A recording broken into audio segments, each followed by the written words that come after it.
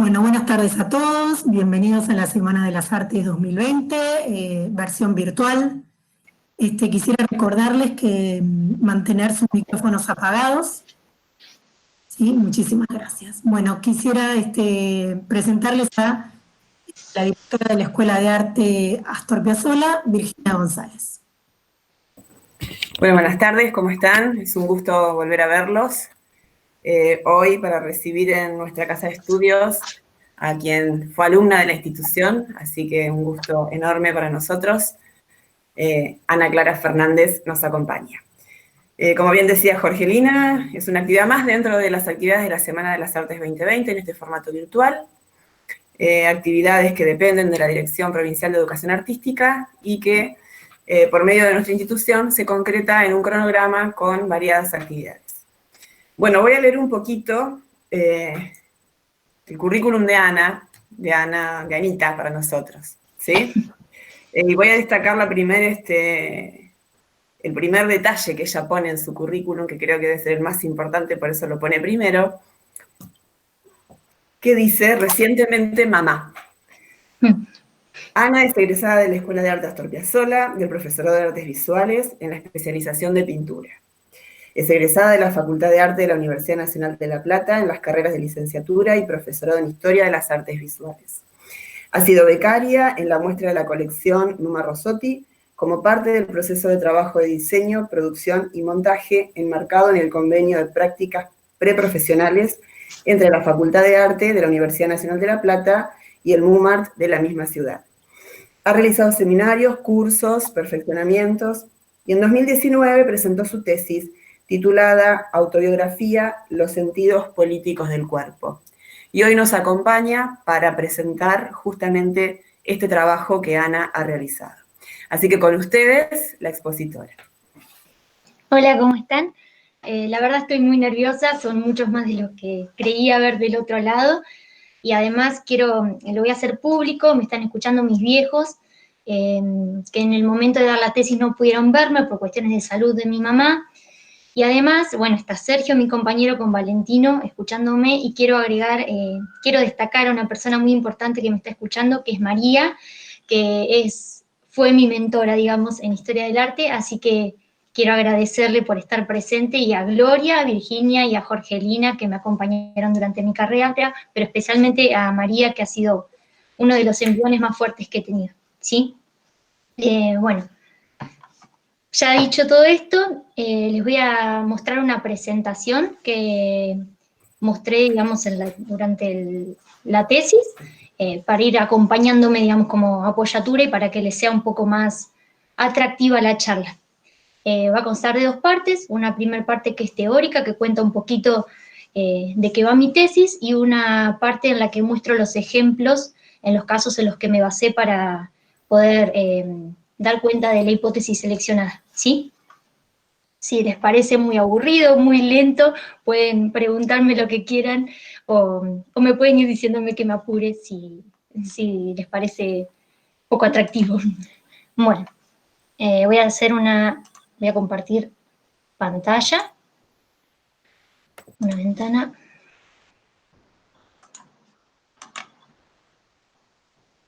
Aquí va.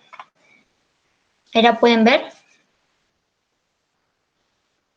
Espero que la puedan ver, yo no los escucho, no sé si Jorgelina o Vir me pueden decir si se ve. Perfecto, Ana. Bien. Se ve perfecto.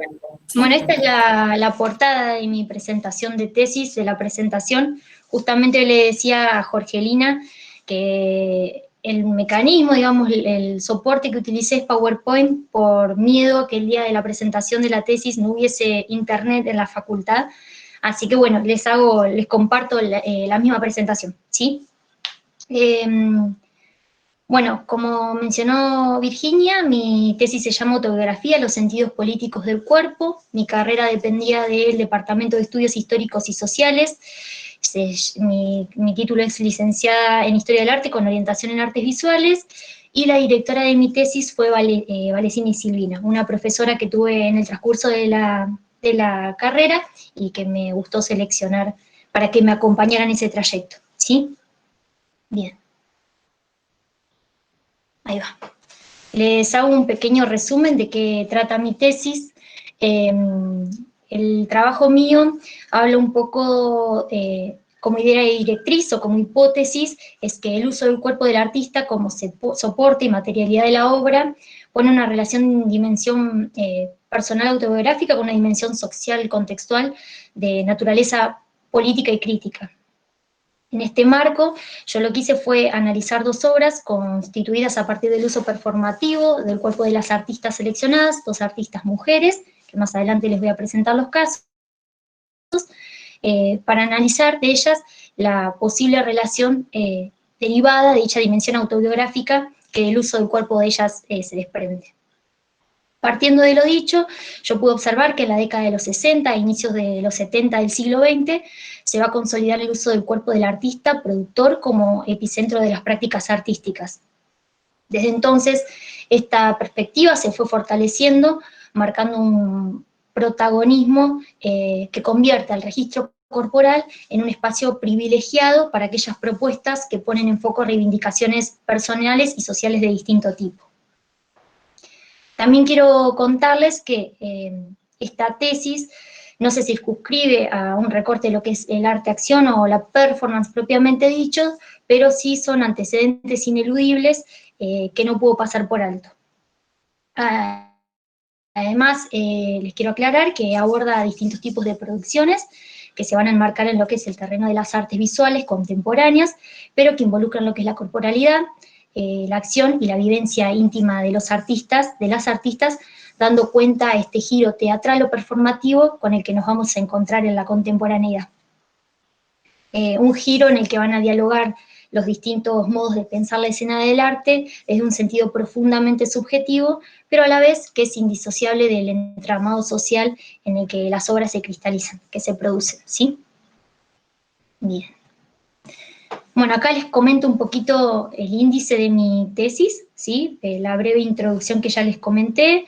Después hablo un poquito de lo performativo, de lo autobiográfico, para ver cómo es que se da este pasaje de la acción performática a la autobiografía propiamente dicha, como género que parte desde lo literario.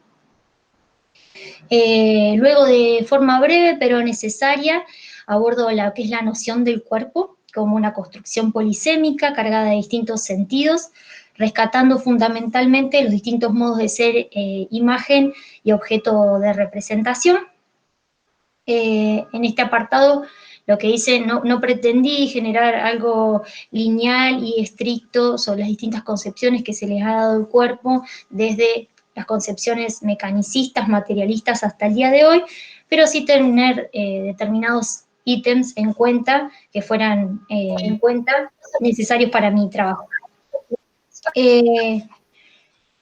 En esta instancia me pareció necesario introducir algunas nociones de lo que es lo autobiográfico y luego ahondar en el rol que ha desempeñado el cuerpo en tanto sujeto situado en las prácticas artísticas a través de las obras seleccionadas. Que como les mencioné, son 2 casos que abordan el cuerpo en el mundo del arte contemporáneo latinoamericano, de 2 mujeres, en referencia directa a lo que es el género autobiográfico, para dar testimonio de su cotidianeidad íntima en relación a lo que es el entorno social. Bien.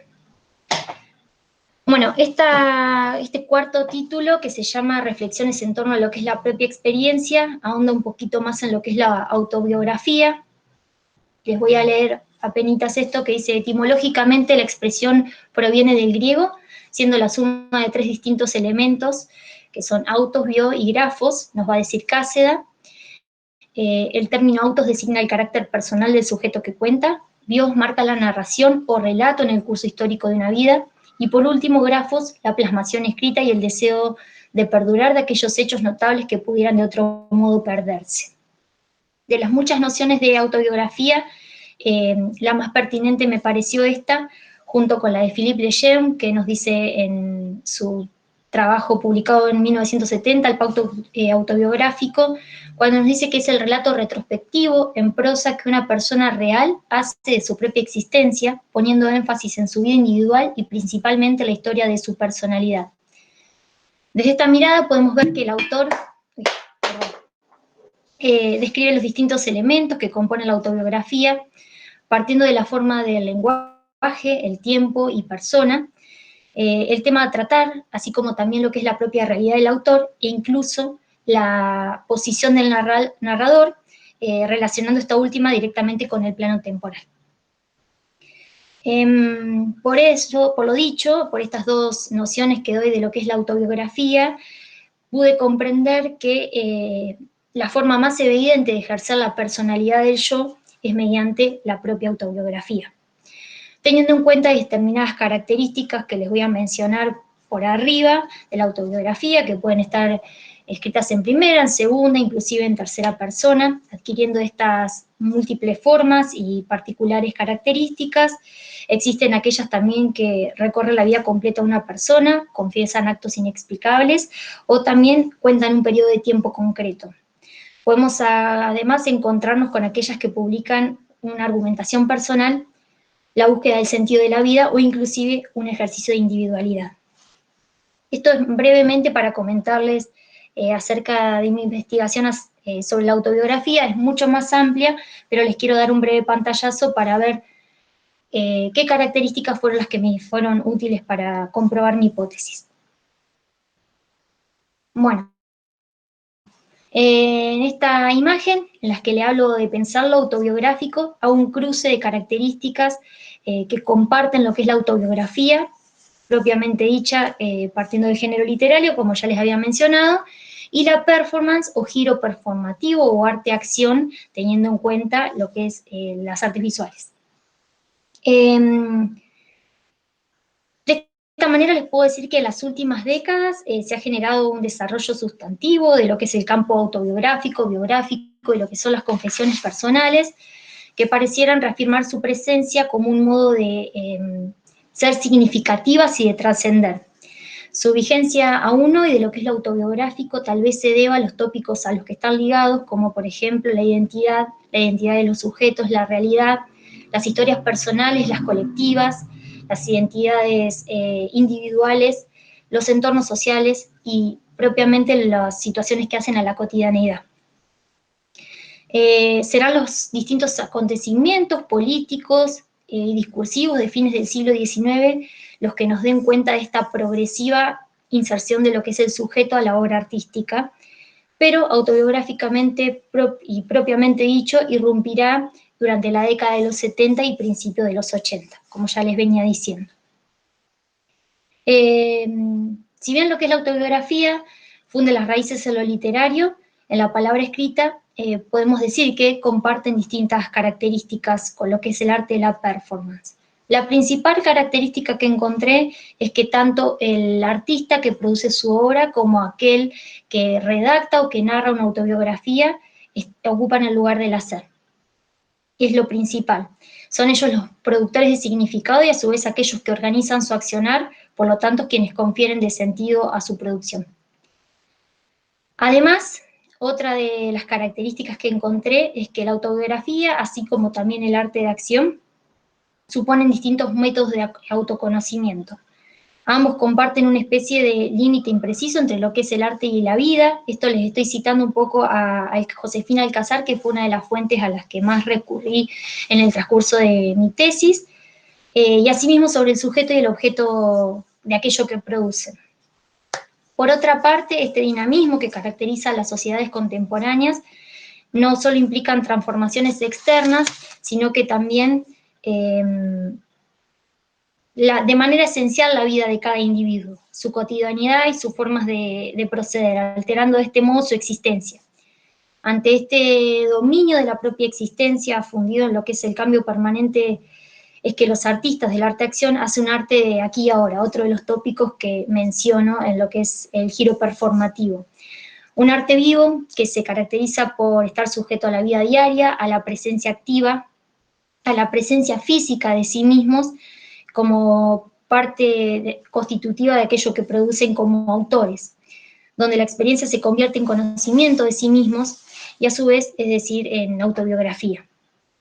Y por último, casi podría decir que a diferencia de lo que es la autobiografía estricta, la autobiografía común y corriente, nos habla de un sujeto único. ¿Por qué digo que es de un sujeto único y de manera lineal?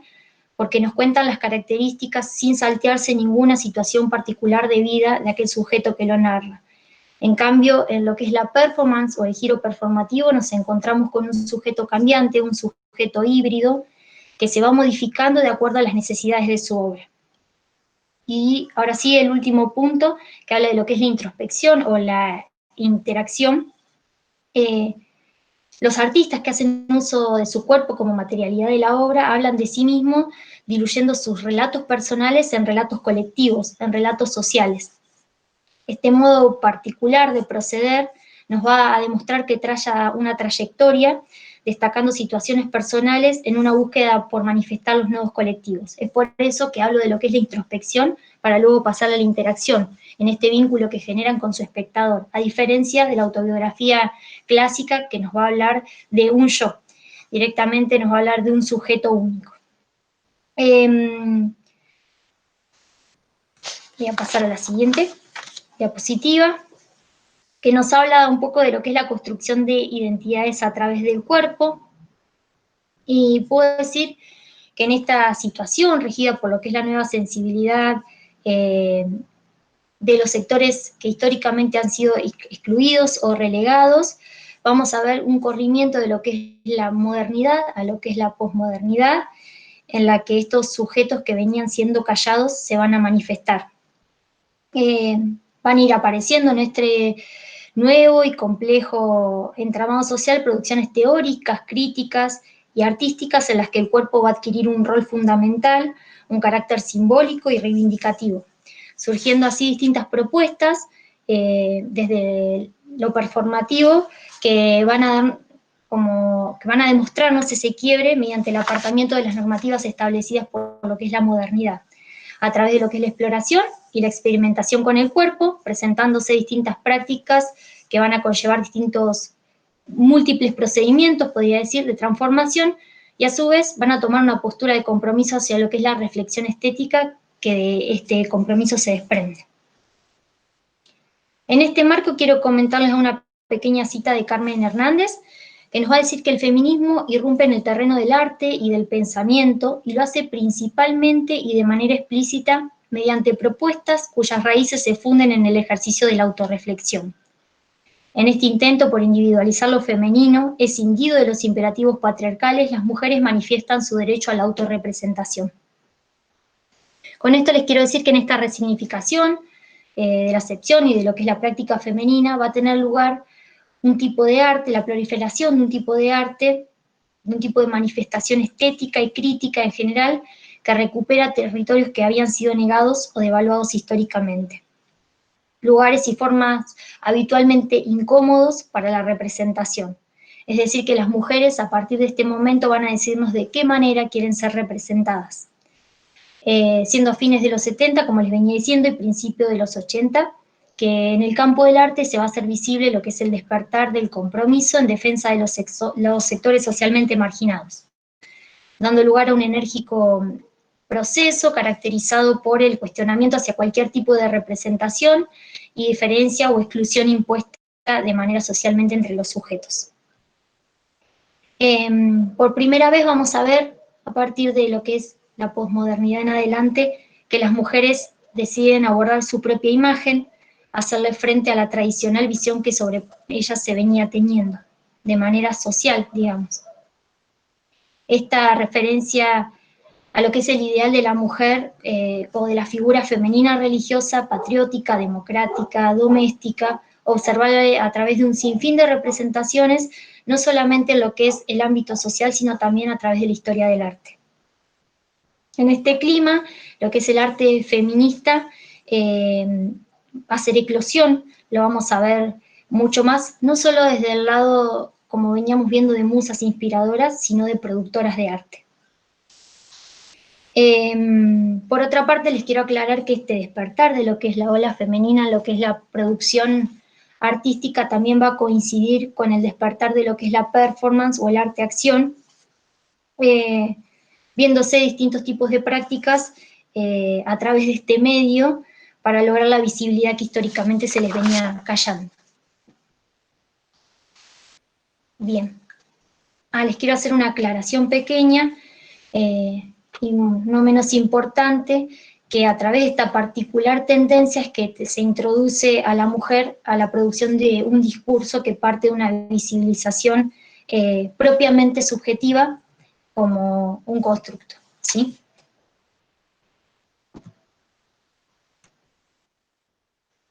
Ahí está. Bueno, y ahora voy a pasar a lo que es la segunda parte, que es específicamente hablarle de los casos que seleccioné. Les voy a leer esta pequeña cita, que es el arte contemporáneo realizado por mujeres. Se puede observar una constante referencia al cuerpo, a veces como reflexión autobiográfica, otras aludiendo a amplios aspectos sobre lo femenino, como así también es posible verlo contextualizado en la indagación de estereotipos sociales previamente dados por la cultura. Es por esto que pensar las imágenes, las distintas decisiones y las distintas decisiones que las artistas mostraron para llevar a cabo, y las intervenciones discursivas autobiográficas que atraviesan las producciones, me parece necesario mostrarle los ejemplos de las artistas seleccionadas. Ahí está. Esta es la parte que más me gusta, la parte que más me interesa. Por si les comento un poco por arriba, que yo vengo más de la rama de las artes visuales, estudio después historia del arte como una inquietud. Entonces mi tesis, si bien tiene determinadas cuestiones filosóficas, hace más referencia a lo que es las artes visuales, dado que yo vengo de esa rama, ¿sí? Bueno, las dos artistas que yo seleccioné son Claudia Casarino y Ana Álvarez Recalde. Perdón.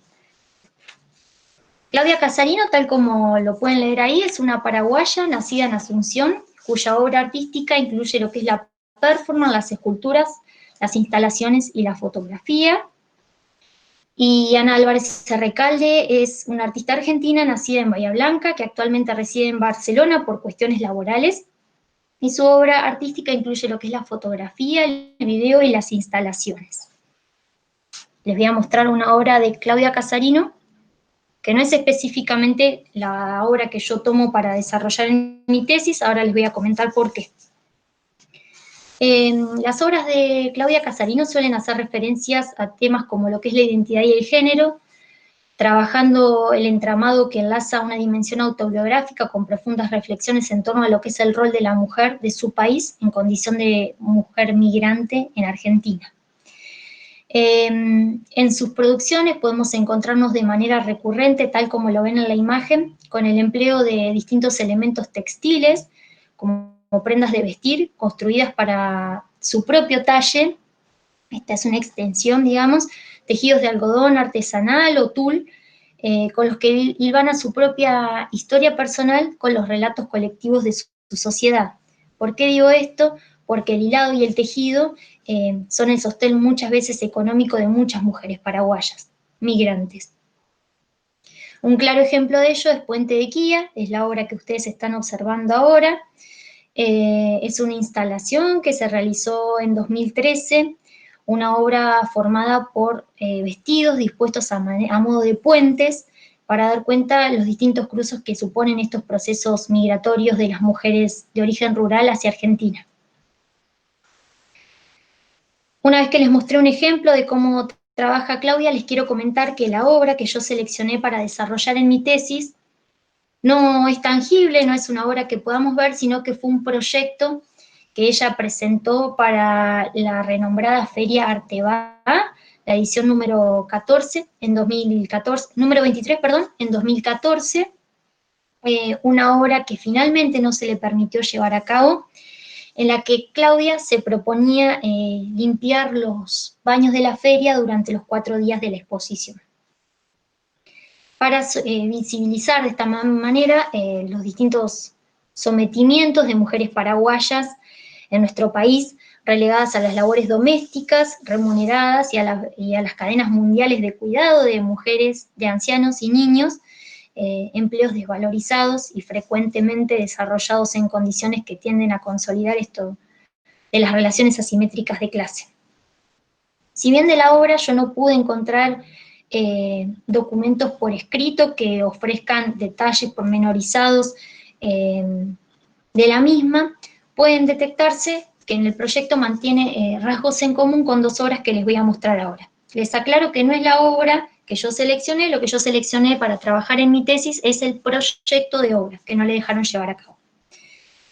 Pero que mantiene rasgos en común con estas dos obras que les voy a mostrar ahora. Una de ellas es una fotoperformance denominada Entre Casa.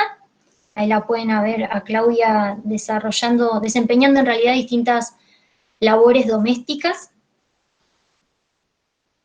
Y la otra obra se llama Después de Vos, que también es de 2008, es un registro de performance de la limpieza de baños de un bar de Paraguay, ¿sí? Estas dos obras dan cuenta a su vez del giro performativo del cual les vengo hablando, y a su vez en las mismas Claudia se ocupa de escenificar y cuestionar la matriz en la que se inscribe la mujer paraguaya, y por qué no, no solo en Argentina, sino en buena parte de Latinoamérica. Una mujer que muchas veces vemos relegada a lo que son las labores domésticas, como sirvienta, e inclusive a veces la vemos en lo que es la prostitución y la trata de personas. Casarino pensó la propuesta que yo les comentaba para Arte Va, así como las ya mencionadas, que son Entre Casa y Después de Vos, haciendo uso de su propia imagen, producida y vestida con una indumentaria que no se corresponde a las labores que está desempeñando. La podemos ver con zapatos con taco, vestidos, peinados de fiesta, e inclusive se acompaña por distintos productos de limpieza, balde, escobas, trapeadores. Tal como lo menciona Lía Colombino es una historiadora que cura algunas de sus muestras y la denomina que está vestida como mujer reina. Claudia lo que intenta demostrar es un poco, de manera poco metafórica se podría decir, las narrativas hegemónicas a las que estamos acostumbrados, que nos rodean y el lugar que se le otorga por lo general a la mujer, y más específicamente a lo que es la mujer paraguaya. A su vez, esta se presenta sus obras como un disparador de otros temas que afectan a lo que es el género femenino y a los distintos usos del cuerpo. Las imposiciones sociales, las imposiciones culturales, la migración laboral y todo aquello a lo que se ha desplazado a la mujer en estas determinadas estructuras sociales que estamos acostumbrados a ver, acostumbrados a escuchar y que se han impregnado en lo que es el orden social. Les voy a leer una pequeña cita de Ticio Escobar, que a veces ha sido curador de algunas de sus muestras, no es esta, pero Ticio Escobar nos dice que los personajes que Casarino convocan tienen que ver con su posición y su mapa personal, el género, la violencia y el desarraigo como una construcción subjetiva. En referencia a lo que es lo autobiográfico, Claudia lo que nos dice es que cuestiones de historia familiar me hicieron poner atención en ciertas cosas, patrones que se repiten en entornos familiares en nuestro país, sistemas y estructuras que se fijan, se asumen como norma. Alejándome y entrecerrando los ojos, entendí que las historias personales son en realidad historias colectivas, historias de un país. Alejándome un poco más, veo cómo esos sistemas se reproducen, pasando la frontera y pueden en realidad conformar una historia de mujeres. Vemos que Claudia, a través de su proyecto de performance en Arte Va, pero también mediante las distintas obras que les mostré, cristaliza acciones similares en los distintos registros de sus obras como artista visual, y pone en escena a miles de mujeres migrantes, mujeres que parecen estar destinadas a la manipulación por parte de un otro, enfrentándonos a aquellas concepciones de las cuales debemos liberarnos, se podría decir. Ahora les voy a mostrar a la segunda artista, que en realidad fue la principal artista que me hizo encaminarme en la temática de mi tesis, pero bueno, la dejé para lo segundo para que sea más rica lo que es la producción. Esta no es la obra tampoco, van a decir amaga, pero nos muestra después, pero les quiero comentar un poco de qué tratan las obras de cada una de las artistas antes de mostrarles las obras que elegí. Como les comentaba, Ana Álvarez Recalde es una artista argentina nacida en Bahía Blanca, cuyas obras incluyen lo que es la fotografía, el video y las instalaciones. Y como verán, Ana, a través de sus producciones, profundiza la representación de lo que es la maternidad en el arte contemporáneo, desentrañando a su vez, como Claudia, distintas construcciones que van más allá de lo que son los estereotipos de la mujer y de la madre. Encontrándose testimonio en todos y en casi todas las obras que pueden ver, si la quieren buscar después, se llama Ana Álvarez Recalde, su página es muy rica, es muy interesante, y muestra una forma distinta de lo que es la maternidad. Ana, en propias palabras, les quiero leer un pequeño fragmento que exhibe que el argumento de lo que es la maternidad le sirve como argumento o como motivo de sus inicios en lo que es el campo del arte y más específicamente en lo que es la fotografía. Lo que tienen en su pantalla son 3 fotografías que corresponden a la serie Las 4 estaciones, Simbiosis, Anunciación y Sombra.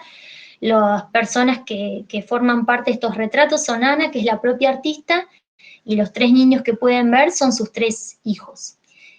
Casualmente, en la obra Anunciación, que la podemos ver en los distintas... es una imagen muy pregnante, ya que la podemos ver en los distintos relatos religiosos.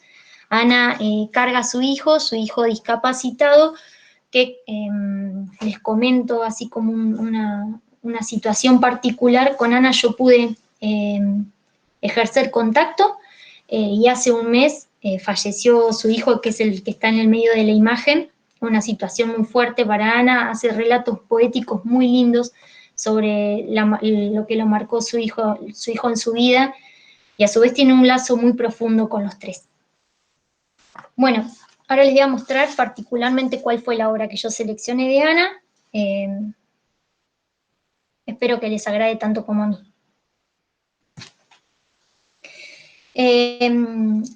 La obra que yo seleccioné se llama El nacimiento de mi hija. Es un autorretrato documental impreso, compuesto por un díptico, por 2 imágenes, que lo produce en 2005, y se llama El nacimiento de mi hija, dado que en su segundo parto Ana decide autorretratarse y mostrar la llegada de su hija al mundo. Como les comenté, esta obra está compuesta por un díptico de autorretratos, que a su vez forman parte de una serie que se llama Egología. Egología no tiene una definición particular, sino que se le acuña el término la historiadora Rebeca Pardo. Y para la propia Ana, este término egología refleja el tipo de registro fotográfico que ella estaba realizando en ese momento, que estaba produciendo, cuya intención era reunir distintas situaciones familiares que formaran parte de su cotidianidad, a modo y usanza de portarretratos,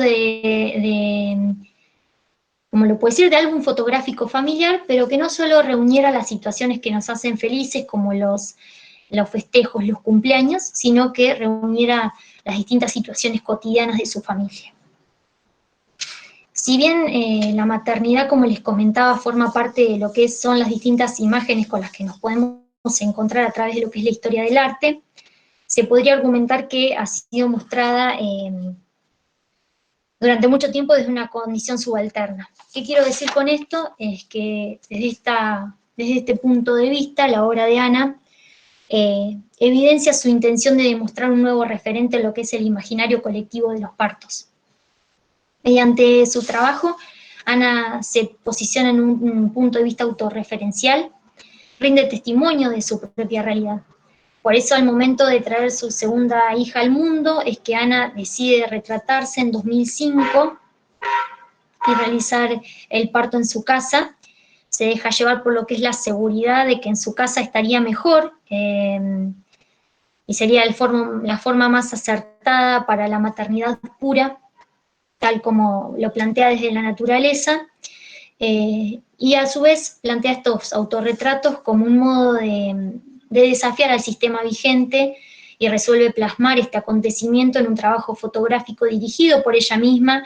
Ana relata en distintas entrevistas que va a una cedería, compra el lienzo sobre el cual ella está sentada, unas semanas antes de parir a su hija, lo posiciona el trípode y le pide a su marido, Jorge, que es fotógrafo, que ejecute la cámara y haga su magia y deje plasmado estos autorretratos.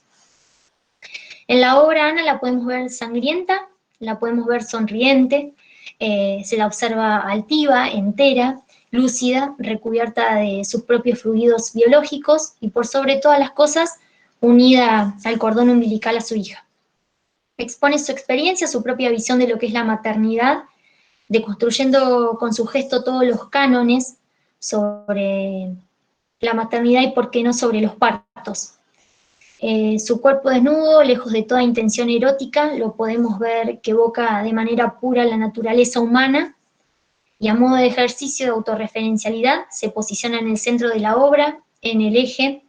Como mujer vive su maternidad de manera testimonial, la documenta para llegar a otras personas y, por qué no, reconfigurar un imaginario que se podría considerar aún hoy poco explorado, la maternidad y traer niños a la vida.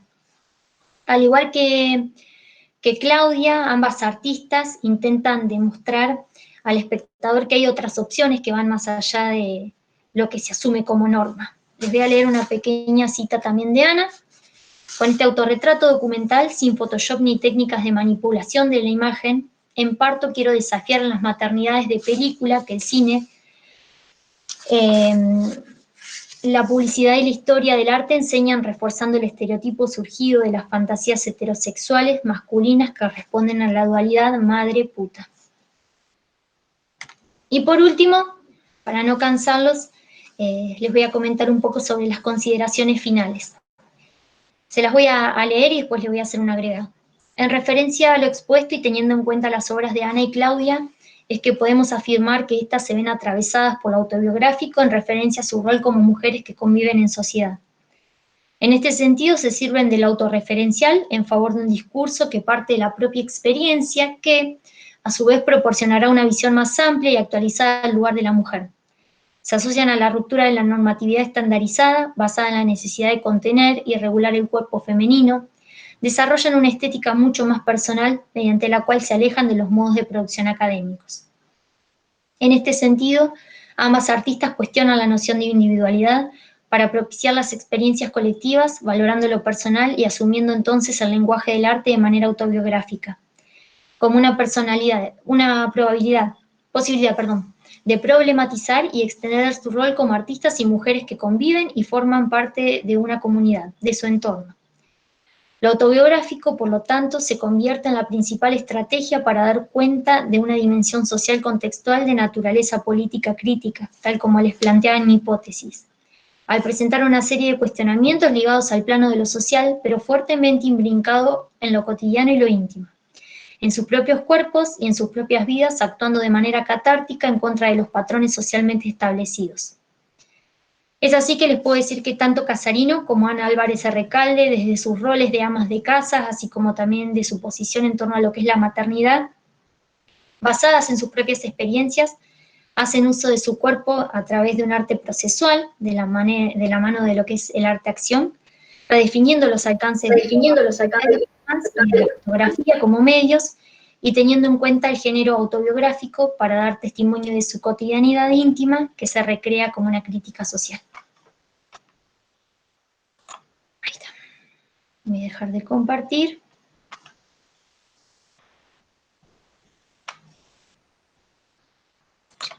Ahí está. Bueno, ahí les presenté lo que fue brevemente mi tesis. Muy por arriba. Bien, Ana. Contanos, Ana, en lo particular yo te venía siguiendo en el desarrollo. ¿Por qué la selección? ¿Por qué te vinculaste con estas artistas en particular? ¿Es que hubo algo que te llevó puntualmente a determinar o encontrar algo en ellas que... Me sucedió lo siguiente: a través de todo lo que es la carrera de Historia del Arte, vemos las distintas historias del arte hasta llegar a lo que es la contemporaneidad. Y cuando uno ve lo contemporáneo, por lo general ve producciones europeas, que son las que nos han abierto las puertas a distintas producciones latinoamericanas, pero no hace una bajada a lo que es lo más cercano, ¿sí? Cuando yo empiezo a buscar distintos casos, mi directora de tesis me hace un acercamiento a distintas artistas, entre ellas Ana Álvarez Recalde y después llega Claudia Casarino. Sus relatos me me gustaron muchísimo, los sentí cercanos. Creo que todos alguna vez hemos hablado, visto mujeres que desempeñan labores domésticas pagas, y por qué no todas somos, bueno, hay muchísimas mujeres ahora conectadas, y muchas desempeñamos labores domésticas, así como también hay hombres, no quiero generalizar ni politizar esta cuestión en este momento. No quiero ser polémica con esto, pero hemos visto mujeres migrantes, mujeres no específicamente argentinas, que vienen, en vez de desempeñar otras labores, vienen a limpiar, vienen a cuidarnos, vienen, no quiero hablar mal, pero vienen a limpiar nuestra mugre, digamos, los residuos de lo que dejamos nosotros. ¿Por qué no vienen a desempeñar otro tipo de actividades y realizan actividades secundarias, digamos?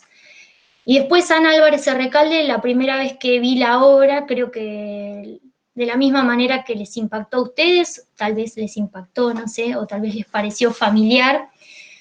Me pareció fuertísimo ver a una madre con su hijo AUPA de esa manera, y me pareció realmente hermoso verla feliz y contenta, unida mediante el cordón umbilical. Ni les cuento el día que traje a mi hijo al mundo. Fue fuertemente, y no sé si lo mencionamos anteriormente, pero en el trayecto de mi tesis yo busco ser mamá con mi compañero, con Sergio. Entonces me atravesó de manera directa la obra de Ana Álvarez Recalde, me pareció fuertísimo y a la vez hermoso poder trayectarlo a la par y ver cómo se traía un hijo al mundo. Inclusive, bueno, les compartí, les dije que la buscaran a Ana Álvarez Recalde, porque hace relatos de lo que es la maternidad realmente hermosos, muy poéticos. Y bueno, y me apasionó su obra, me pareció hermoso poder ver artistas latinoamericanas haciendo lo que estamos acostumbrados a ver. Sería eso. Claro. Inclusive después, mi fanatismo por sus temáticas, más que nada en la obra de Ana, me llevó a escribirles, cual fan, en las distintas redes sociales, y dar con las respuestas de ellas de una manera afirmativa y súper linda, porque me ayudaron, me pasaron relatos. Claudia Casarino, inclusive, como su obra era un proyecto, lo que yo había elegido, me cedió textos, información sobre su obra, y estuvo al tanto, y las dos artistas estuvieron al tanto de lo que yo iba escribiendo, y presentes, que ante cualquier duda les podía escribir. Inclusive lo hice para confirmar datos, fechas, títulos y todas esas cuestiones, y ellas fueron muy partícipes de mi tesis, ambas. Bueno, anímense a hacer preguntas. Si no se animan a hablar, las escriben por el chat y nosotros las vamos leyendo. Las invitamos a que puedan interactuar.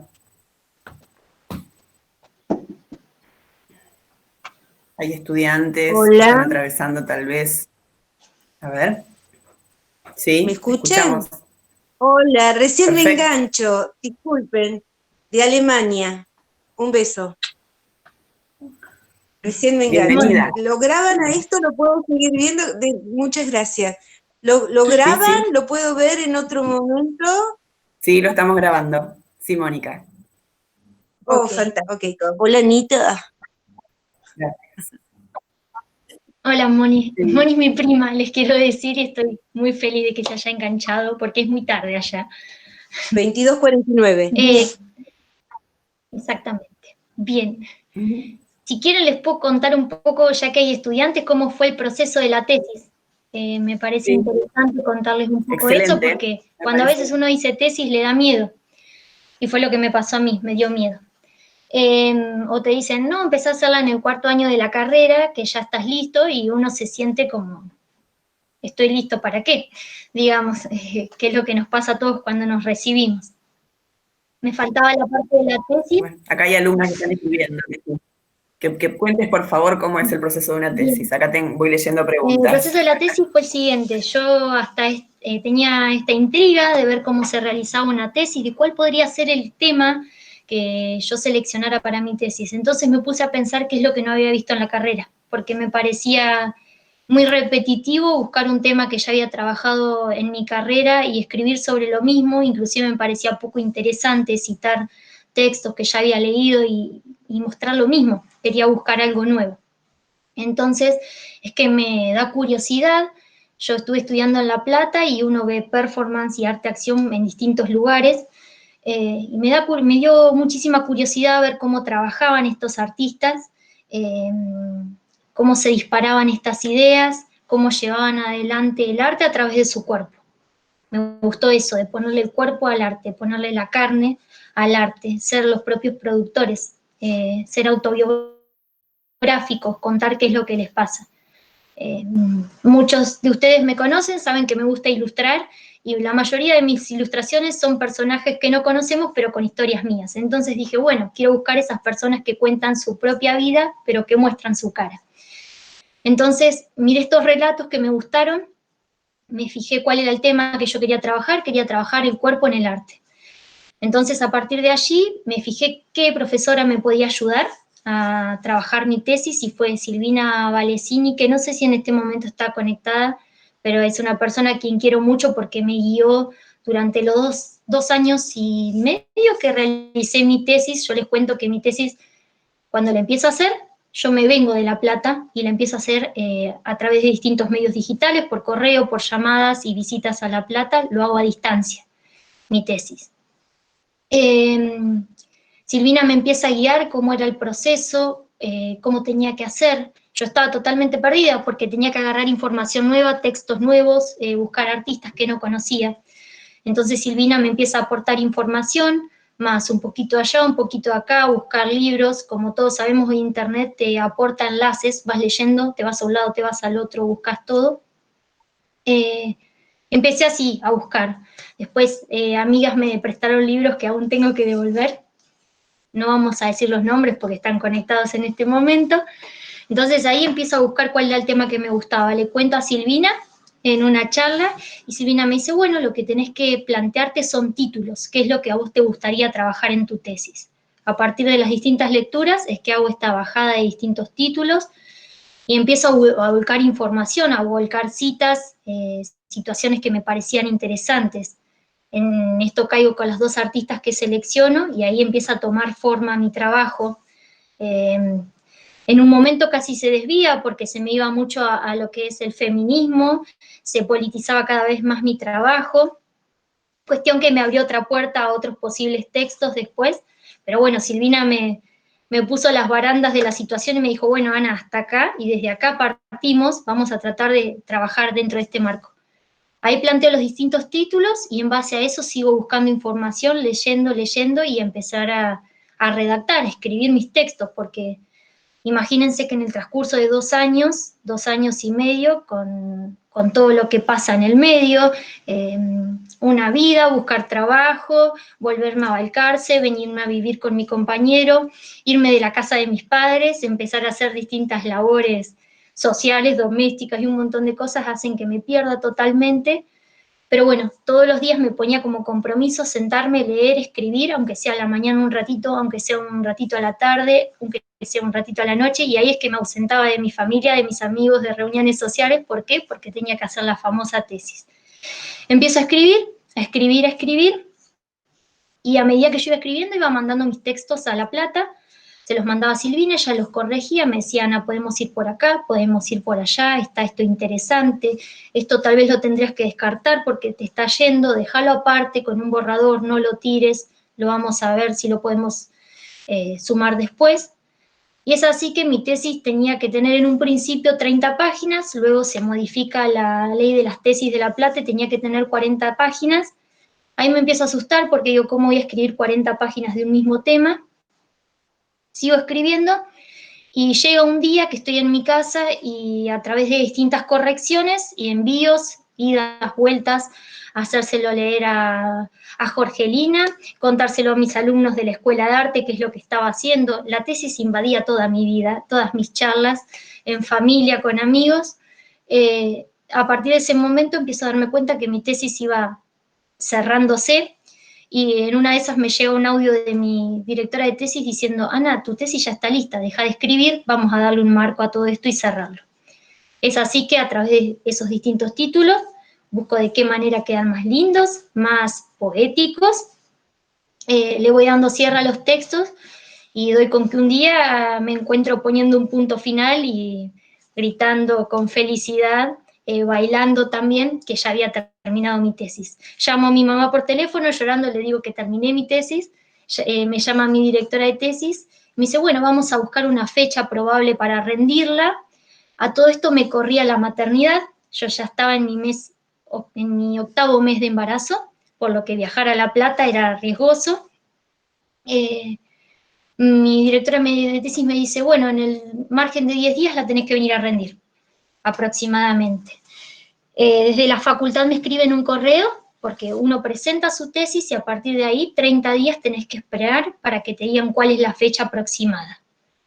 Me llega un correo diciendo el 5 de noviembre tenés que rendir tu tesis, así que todo es viene como una catarata de situaciones sociales, situaciones familiares que se me juntan, maternidad, caída de mi madre con su quiebre de cadera, amigos ayudándome, familia ayudándome, y Sergio, mi compañero, que me dice, subámonos al auto y vamos a rendir la tesis. El 5 de noviembre rendí mi tesis de 2019, y bueno, la rendí contenta, sin apoyo, sin familia, sin amigos, porque fue todo inesperado, rápido, una fecha complicada para invitar gente.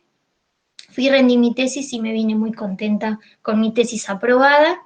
El 5 rendí, el 27 fui mamá. Así fue todo de rápido.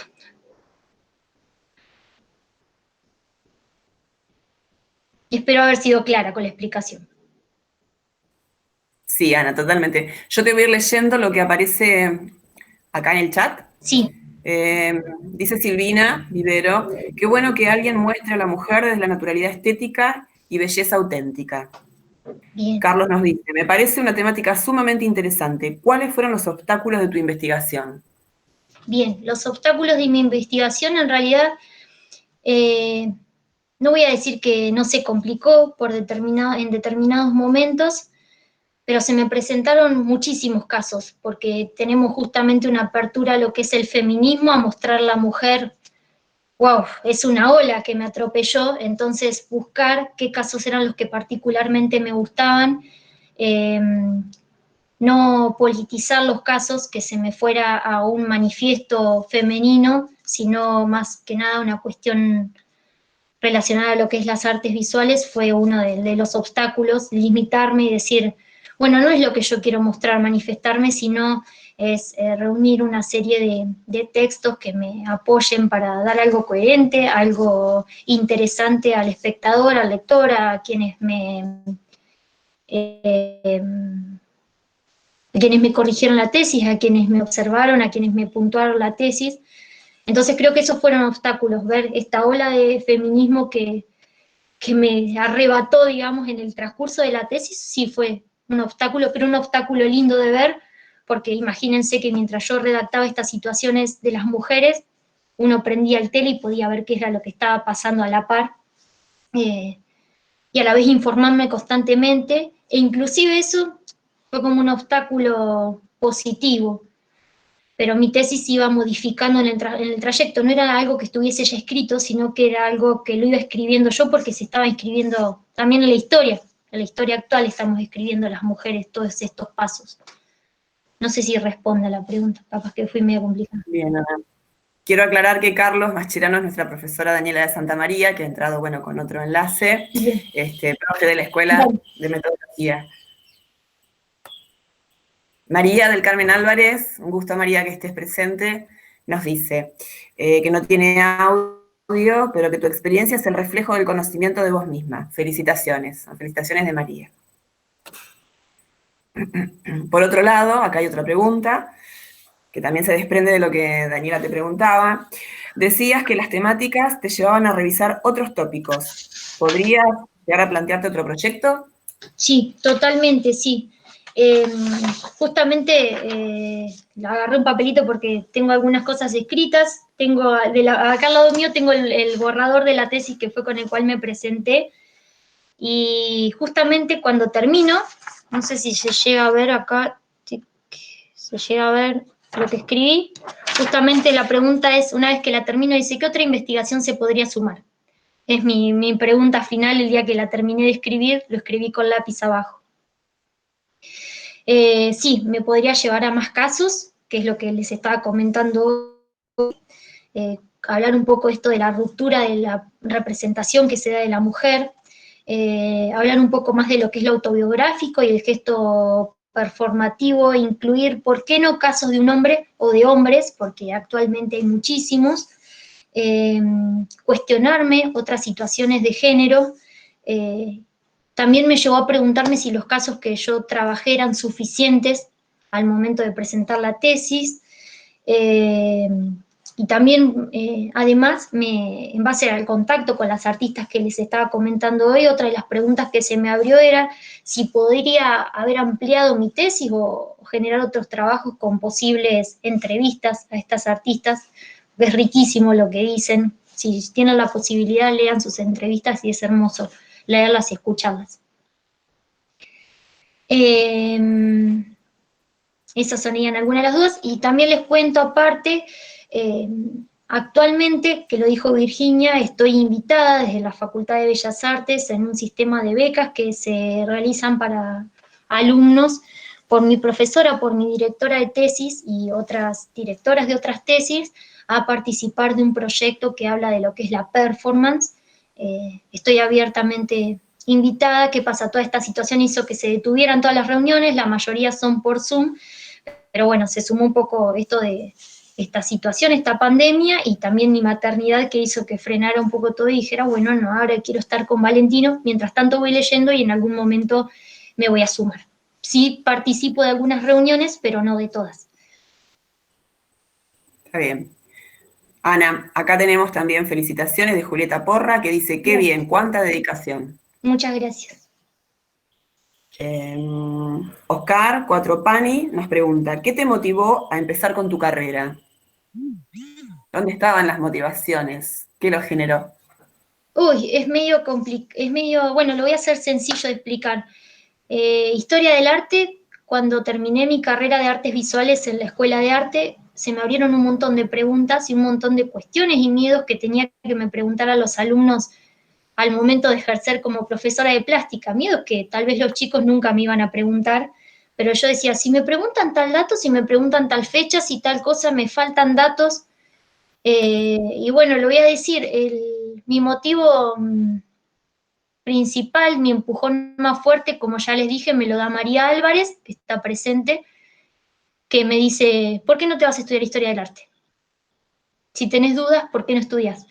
Entonces mi motivo principal es todas esas preguntas que me hacía, buscarles una respuesta, porque me parece que no hay motor más importante de uno que decir, si quiero un cambio, bueno, tengo que empezar a moverme yo para conseguir ese cambio. Si quieres cambio verdadero, pues camina distinto.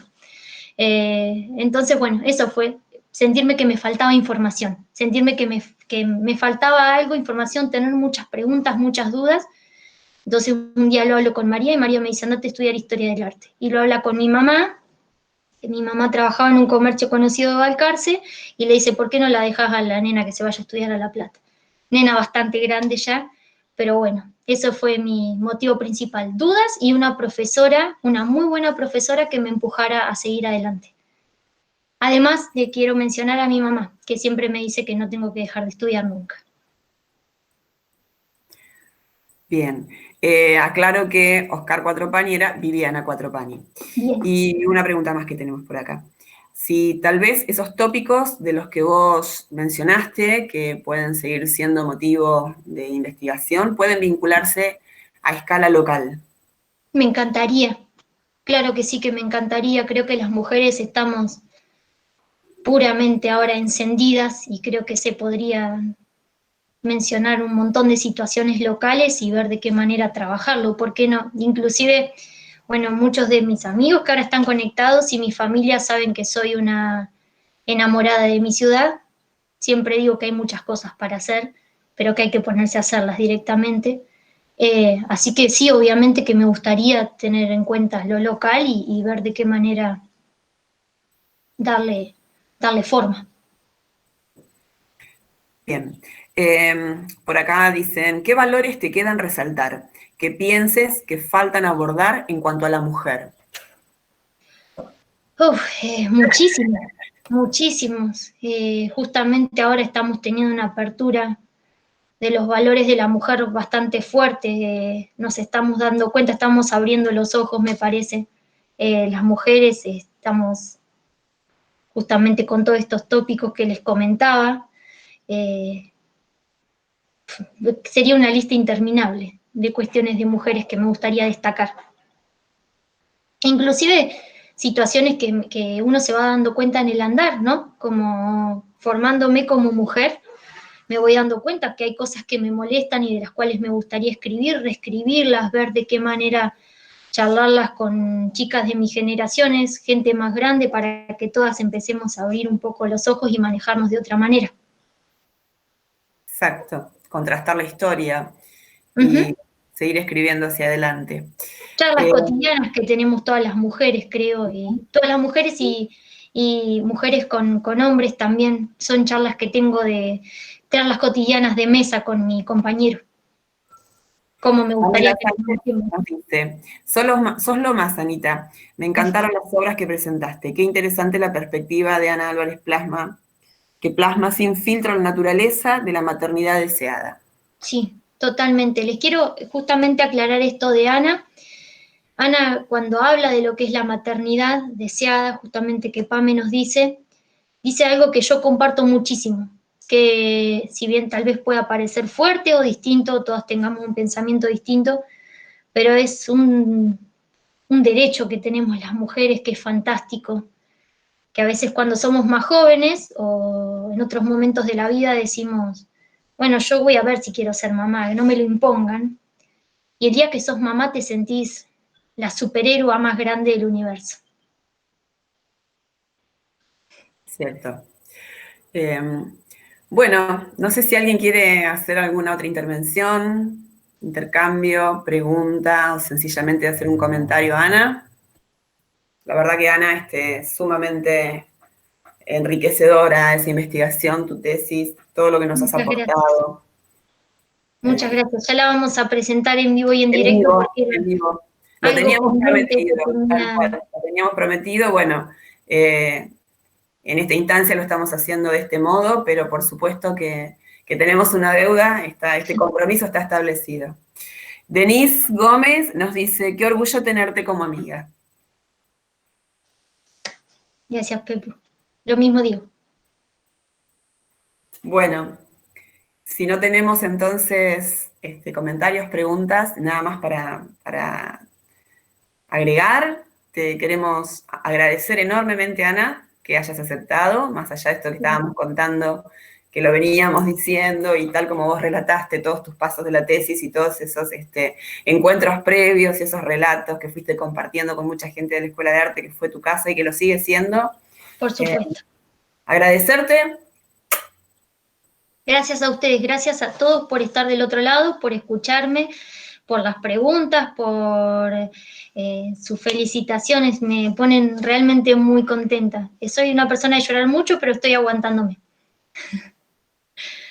Sos más linda, mira. Bueno, y te siguen llegando felicitaciones, ¿eh? Felicitaciones a Anita, dice Mariana Diorio, muchísimas gracias por estar. Bueno, Mónica Poblete dice, qué lindo irte, Anita.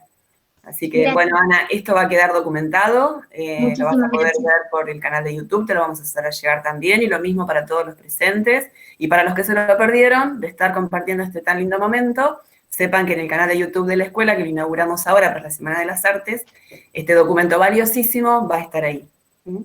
Así que, bueno, un abrazo enorme. Gracias, y espero encontrarnos en la calle en algún momento y poder abrazarnos, ¿sí? Cuídense mucho. Adiós. Adiós.